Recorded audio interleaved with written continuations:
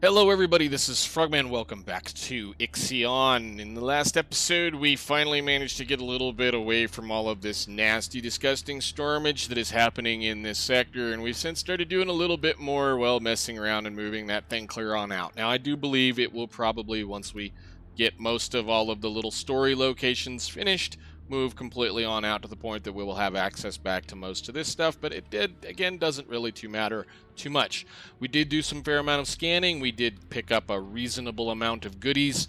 I have not touched any of the story, and I've not bothered to send anybody over here to check out another one of these planets, and I do know there's a couple of more things that we need to do as far as scanning things is concerned.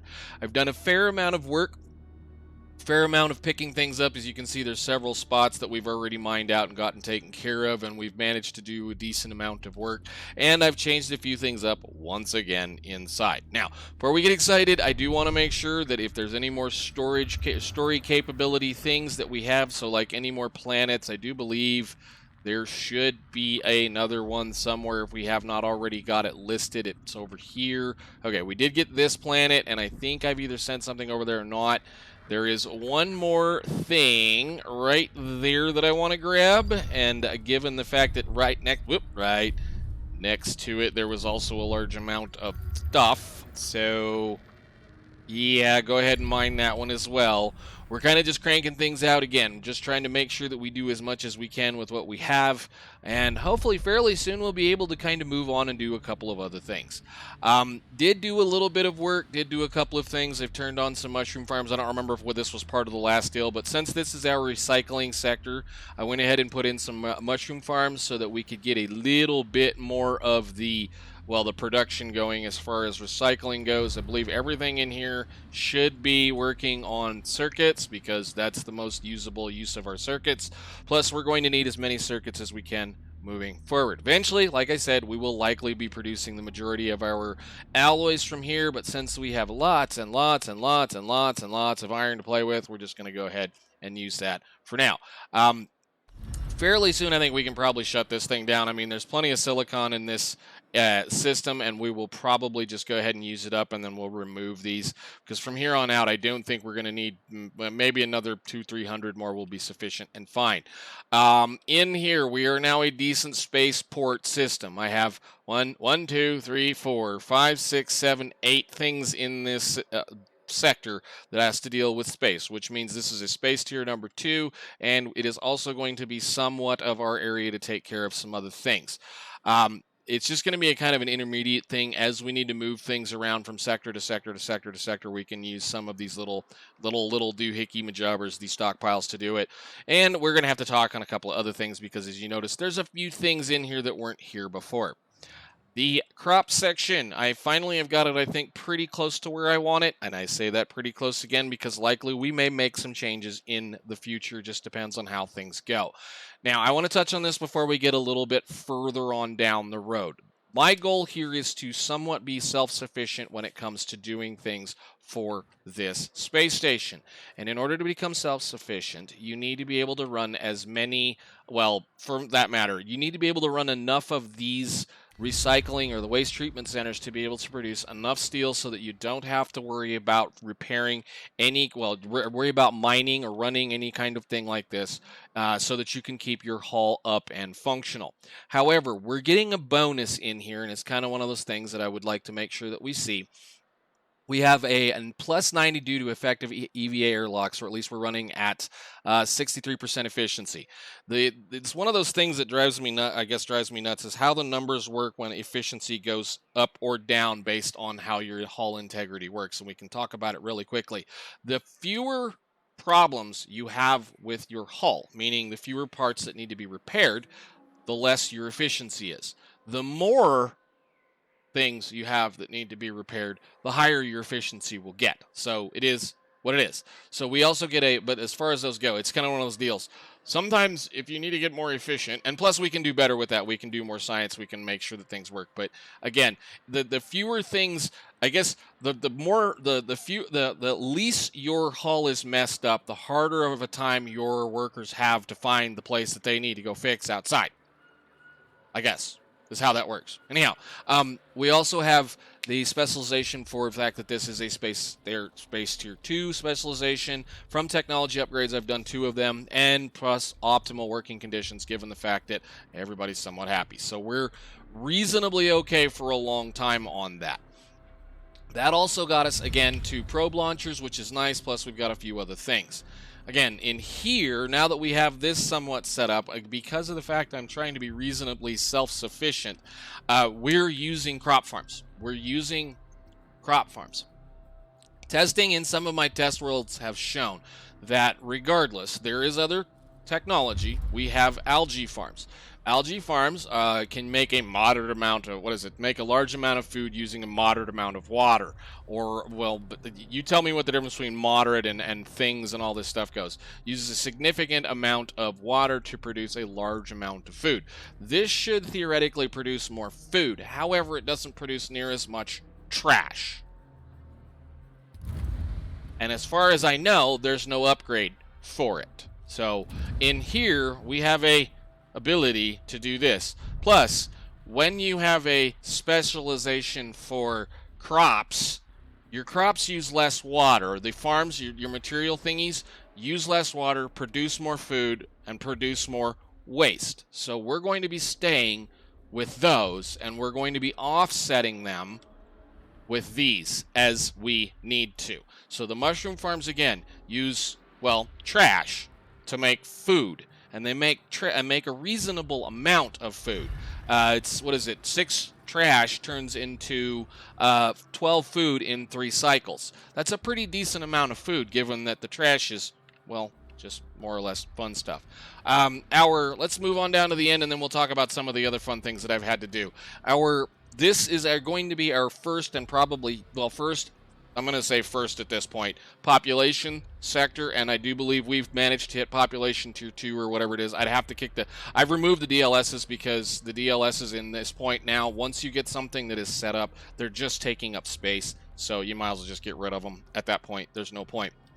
So we've got a reasonable amount of people in here, somewhat happy for the most part. They're doing reasonably well. We're a +9 at this point in this sector as far as stability, and I believe in this sector we're a +8, which is just due to a couple of other things. That one should be a +7.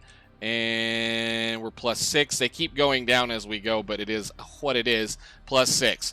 Now, those are mainly because of the fact that I don't have certain other things going on in them. So this sector has a memorial. This sector does not have a memorial. This one does have a memorial. Certain little doohickeys like that are certain things that we're doing. We're also now being forced to run fire stations. At the end of last episode, about 5 minutes after I shut off the recording, I kind of let it run a little bit, and immediately, and I mean immediately, we had fires in every sector burning the entire station down, and I was scrambling to try to come up with some means to do a few deals. We had the fire stations already pretty much researched, but the problem is you have to be able to build them and get them in and get them done. This is the advancement as far as you move on through the game. Eventually, you're going to get to a point where you're going to have internal problems where your buildings are going to start catching on fire. So then you have to start taking care of them with fire stations. And, then when and if the thing gets burned down or gets damaged or whatever, then your workstations, your workshops have to go out and actually fix things. It is another one of those randomized events, just exactly like the accidents and all of the other things that happen. And like we're dealing with right now because of the fact we're outside with the corpse field kind of a thing. Once that happens, there's nothing you can do to stop the fires. Nothing. They're going to come, they're going to try to burn your stuff down, and it's up to you to try to get it to stop as quickly as possible. You are going to incur damage to the building that the fire is started on, and that is, again, it's going to be one of those things that we'll have a problem with. The biggest thing that I saw when testing in my test worlds is the fact that any building can get caught or be set on fire. Any building. So if you're stuffing little bitty batteries in corners where they don't have roads, like this one, well, I guess that one has a road. But if you're stuffing a battery, or you're stuffing, like say, because batteries, for these matters, these batteries, they don't necessarily have to have a road once they're built.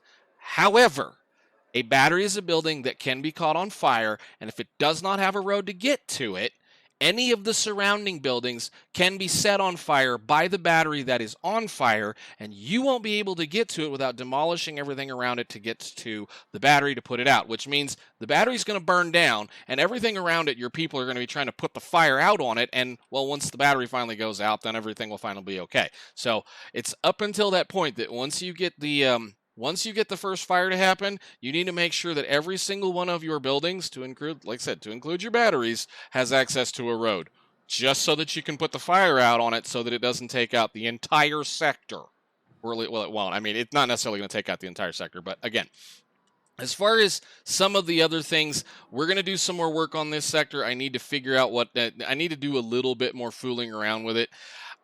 Right now, I don't like where I have my food storage, and I had to put them down here because of how this is going to work. And I think if I'm going to do anything else, it's going to be some rearranging of how to get these things, because the food comes out of this sector, this little section right here. So technically what I should do is I should be moving some of the stuff like here and place a food storage system somewhere reasonably close to those. As it is right now, they have to travel a reasonable distance to get over here, which is why I have 2 of these open now. Now, we did, in between episodes, research everything that has to go with stockpiles, so probably what I'm going to do fairly soon is start trying to shut down some of this stuff so that I can change this one out for a big one. But until then, it's kind of one of those deals. The big stockpiles, which we do have now, take up approximately the same amount of space as the medium stockpiles. However, they only have one exit. Well, they only have one exit. They kind of fit just slightly different than some of the other things are concerned, and I'm going to have to do a little bit of shuffling around. As far as everything else goes, I do believe we took everything that we've gotten so far for the cryopods and thawed all of them out. And now that I've sat there and talked the entirety of the time, we've got almost, 3,600 people on the Tiqqun. We are going to get some more. We still need, math is escaping me at this point, close to 800 people, 850 people to be able to finish that arc of humanity before I think we're going to be allowed to go. Now, we have been training every single person that's coming into colonies, as far as colonists is concerned. Every person is a non-worker is now becoming a colonist immediately. And I've also upgraded this colonization training center to where I can train up to 200 people over 3 cycles using one circuit, which is saving us massively on circuits versus the base bottom, stockpile, whatever the bottom level of it is. So, yes, we're doing pretty good. Let's kick that thing on. Let's let it run. We've got to do a little bit more goofing because we have some things outside to do. These 2 right here should be ready to go. Let's see what we have. Administrator, a new request awaits your attention. Well, I guess we're going to have something going on here. So this is after we find a few of the things, and we're going to have to look at what this one is. It says, it took time to get through the wreckage, but we have reached an area of the readings. There's a small shelter cobbled together from surrounding debris. Within it, a number of broken drones shaped like deep-sea creatures float in the lack of gravity. They bear the BMS logo of the Black Market Society. This is the first time we have seen machines like these. We have transmitted schematics and data to propose further analysis of the drones to be conducted back on board the Tiqqun. Within a small recess at the back of the shelter, we found the corpse of an Intimatenki worker with a now spent breathing device. They had tried to modify one of the broken drones to produce an improvised heat source. He had been dead for several days. The weak radio signal was transmitting from the suit's emergency beacon. We presume in an attempt to contact other survivors. So, several days. Been dead for several days. So he must have lived a reasonable amount of time. We're not that far behind them then at this point, which is kind of interesting because the time frames are not really kind of lining up given the amount of time that we had to deal with when we were on the previous sector with the Pythagoras being frozen into a stack of ice, and now we're talking about someone that, for the amount of time we've been here, which has been, given the amount of time, who knows how long it was. There seems to be a time difference here, at least in my brain. Anyhow, give me that. We'll leave that alone for right now. We'll let them carry that up, and we'll look at the next one. All right, so we're at the medical site. We need to do a little bit of work. There's a bunch of things. 2/3 of the district is missing. Remnants cooling pipes have generated a haze that hangs about the debris and hides floating corpses of the EP19 crew. And they're telling us some places we need to go look. Okay, let's check out the medical district. And I think, do we have anybody that's not busy? You're right here. You're done? Yes. Okay, you get to go into that one. Over there. You're busy. Hang on a second. Where are you? What are you doing? Oh, yeah, that one was coming from over here. I thought I set one of these over here. Anyhow, get to work. So those are drones hitting a couple of places. The science ship team has completed a task. Alrighty, we have another planet to look at. Let's make sure we don't have any more fun things. There's another one. I did miss one right there. All right. Well, that didn't take long. Okay, you're done. You can leave. So I'm going to send you... A science ship has arrived at its destination. I think you can go that way. And then you can do this one later. Okay. That's another thing. We'll have to read the deal for there. All right, district lies in ruins. The contacts team had to stop several times during the investigation to clear away debris. Violent clashes appear to have taken across the district. It seems that even more before the attack, the medical capacity of the EP19 was oversubscribed. Recovering data suggests the congestion within the ship's core centers worsened over time. The team was able to recover a number of intact emergency cryopods. All right, well, there's some cryopods, and then we'll let those guys collect the science. Okay, this is crew of the Faraday. This section wreckage is massive. We believe it is the remnants of a research and development district. Laboratories we have seen look virtually destroyed, but we did find an intact security room. Sign above it has entry reads Orn B. To access the room, we'll need power from the Tiqqun via RTP. Unfortunately, specific accreditation is also required to open the room's armored door. The neighboring residential area has collapsed, making the balance of this area unstable. We've spotted emergency cryopods within the debris, though it doesn't look like there was enough time for a full evacuation. Let's do the residential area first. An accident has occurred in the Tiqqun. All right, we have Agents of Death. We now have enough data to analyze the perilous drones. The associated research project can be launched in the tech lab. With this, we should be able to install devices to reduce the impact of the perilous drones on the Tiqqun. Nice. Let's get into that. I think we haven't touched any of those as far as the new stuff is concerned. No, we do have a couple.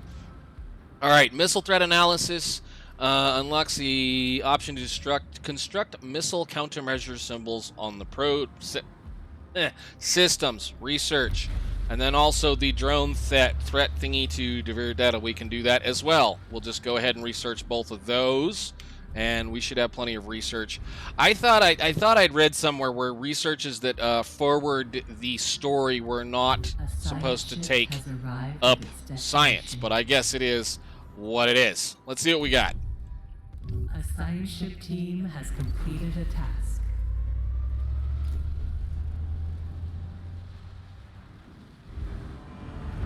All right, so there's our missile technology done. How are they loading that with it being empty? Whatever.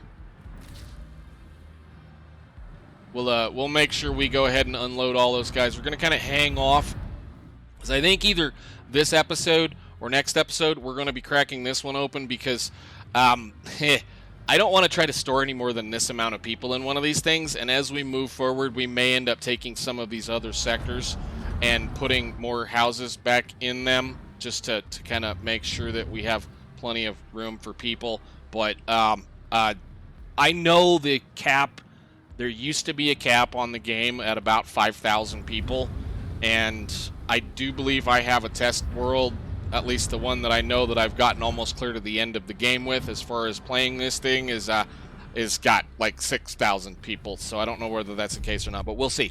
Anyhow, new person, new thing, new deal. You've shown up here to the event, which we have as far as another planet. All right, we've landed on the planet in a crater that we have named Desolation. The ground here seems to be made of glass-like substance, possibly obsidian. And the crater's rim is razor-sharp. Telluritic formations within the crater resemble waves frozen in time. We think we can pull some interesting data from the sediment analysis, or we could try to discover what impacted here. Let's do the whole big thing like we always do, and I'm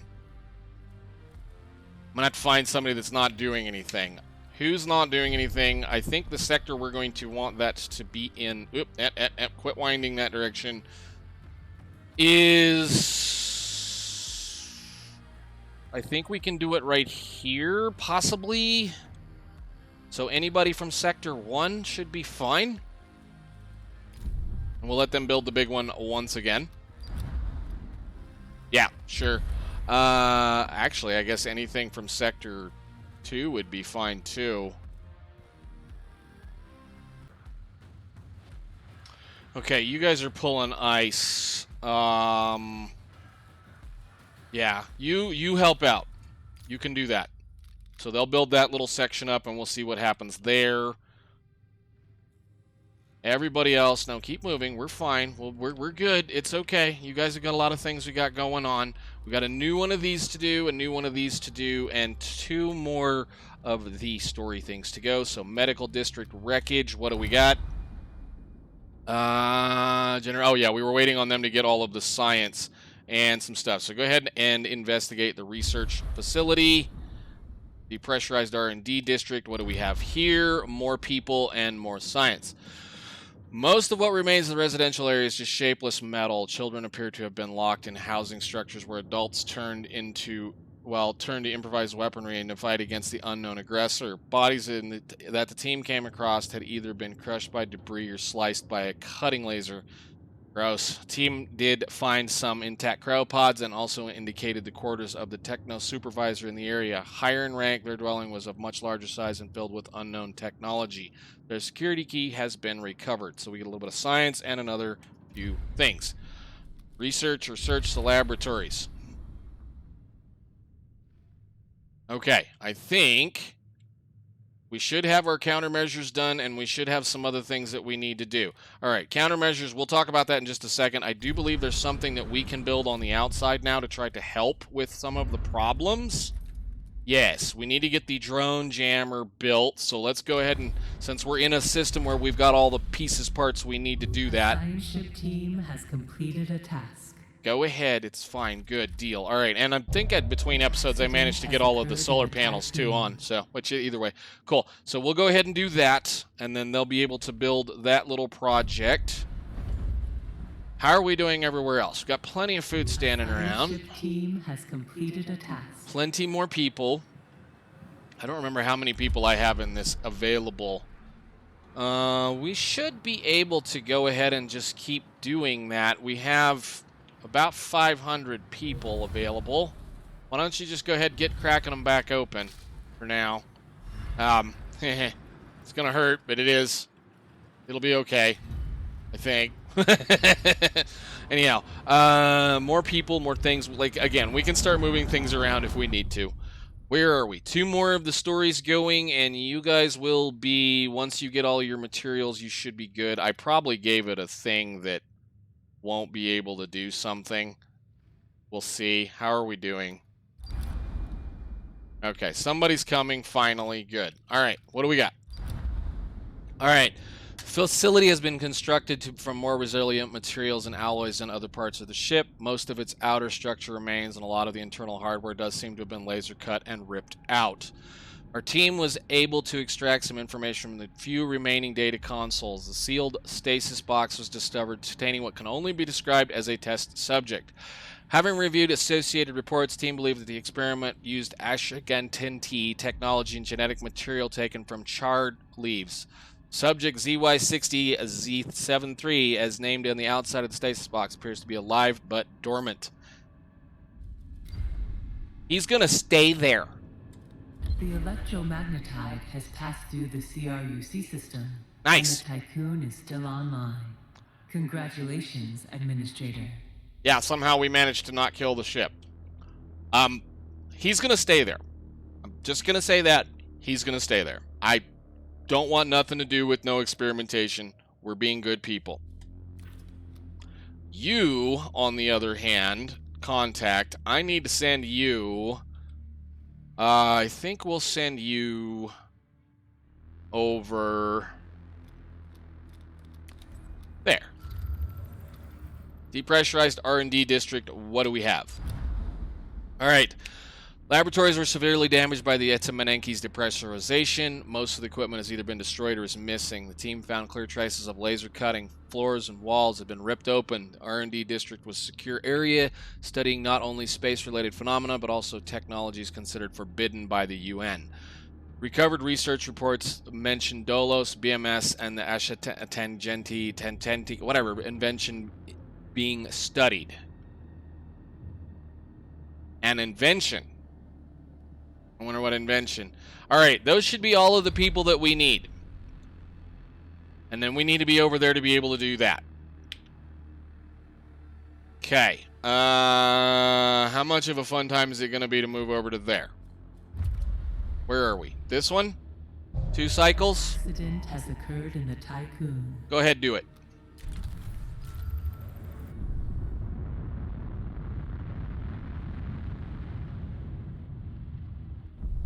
All right.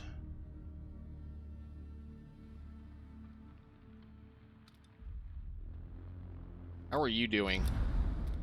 Another load of stuff or 2 more loads, that's fine. Caution. Entering debris field. Yep, because we're flying through the medical district. I suppose I could... A science ship has arrived at its destination. Guess I could have caught it as we flew through it, but whatever. Onwards. Oop, no, wrong button. That button.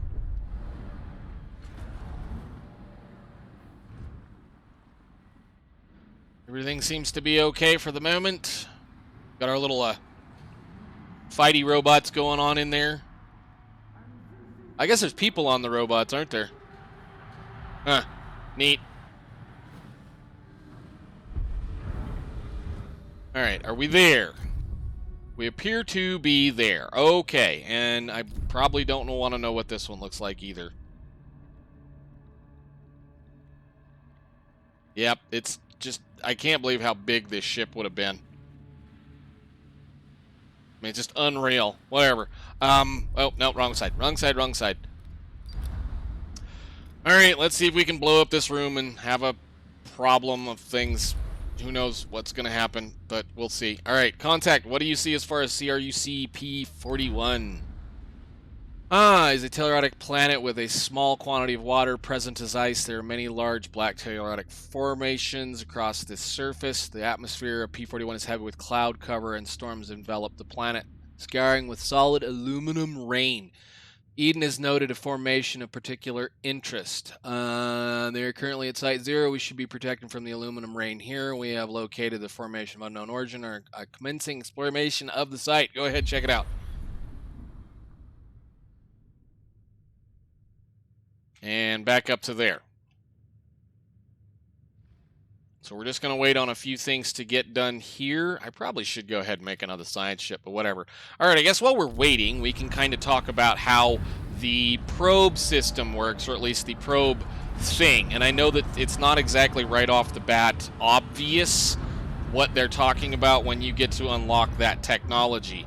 And that technology is found in the probe station. So what you can do in here is you can dismantle the current probe that you have and then auto-build a missile countermeasure. So when it comes time to do this, we'll be able to use this process here to be able to create missile countermeasures that will, you know, hopefully protect us from the Piranesi when and if we ever have to go meet it. It's not obvious from this screen, because you get these 2 things right here, where this comes from. I mean, it's an obvious activate missile countermeasure, right? It's not obvious that you have to come into this and tell this to make one of those. So that's where it's at. All right, we've got 263 science. Let's see about doing some science. Science. What do we got left that I really need to touch on? Let me dig through some of this, I think, while we're waiting on some of those probes to get done. Possibly over here. These just speed up the production, which I'm not really interested in right now. Have we done the Hull Temple yet? We have. Okay, cool. There's some things about this that we haven't really talked about yet, and the Hull Temple is another one of those things that will allow you to get some more stability in a sector to kind of increase your sector stability or whatever. However, there's some really interesting things that also come with a Hull Temple, and that is right here at the bottom where it says each temple on the station increases the hull's maximum integrity by 10, which means if you install all 6 Hull Temples, you'll get an extra 60 added to this number right here.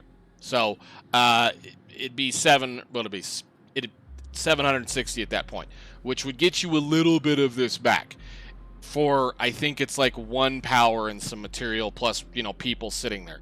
It's something to kind of look at if you're concerned. However, the majority of the stability is more interesting to me because you get a reasonable amount of stability from it. Anyhow, I was going to say we would go ahead and do that, but I think actually what I want to do, you need bioelectric housing. These are all still pretty good. It's pretty well fast. Once you get out to the edge of this line out here, it kind of gets to a point where what do you do? And I think the best thing you can probably do is just make your drone work better. So we'll do that and that. And that's legitimately just making the drones work faster and do things better. So we're almost done with the episode. Let's see what we have. Do we have anybody that's doing anything capable? You guys are busy doing your stuff. We're doing here. All right, let's do this one and hope that nothing bad comes out, and then we'll go from there. Oh, good. We didn't die. Scattered files on the floor of the security room contain warnings about the prohibited nature of what was stored in the area beyond. Behind a further door, a long chamber was filled with the occupied Dolos cryopods.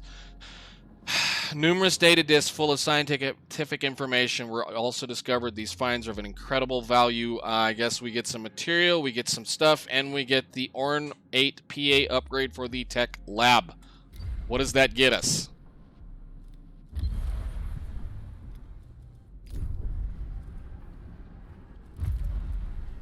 What does that get us? Research cost for upgrades is reduced by 10%. Boy, that would have been nice to have a long time ago. Get it going. It's that kind of a point when you get to a spot where you can just sit there and let the game run and crank things out. There's quite an amount of things that you can get done. Okay, I think with that we're going to. Science ship team has completed a task. We're gonna send this Faraday over here. An accident has occurred in the Tiqqun. To the other planet that we have available to us. And I think we're going to end it right then and there. We have a bunch of more stories to do, and we have some more interesting things to find out. And I think, I hate to say it, we're going to have to start thinking about cracking this section open so that we can do some more fun stuff. Anyhow, for now, I think I will see you all in the next one. Thank you so much for watching. Bye.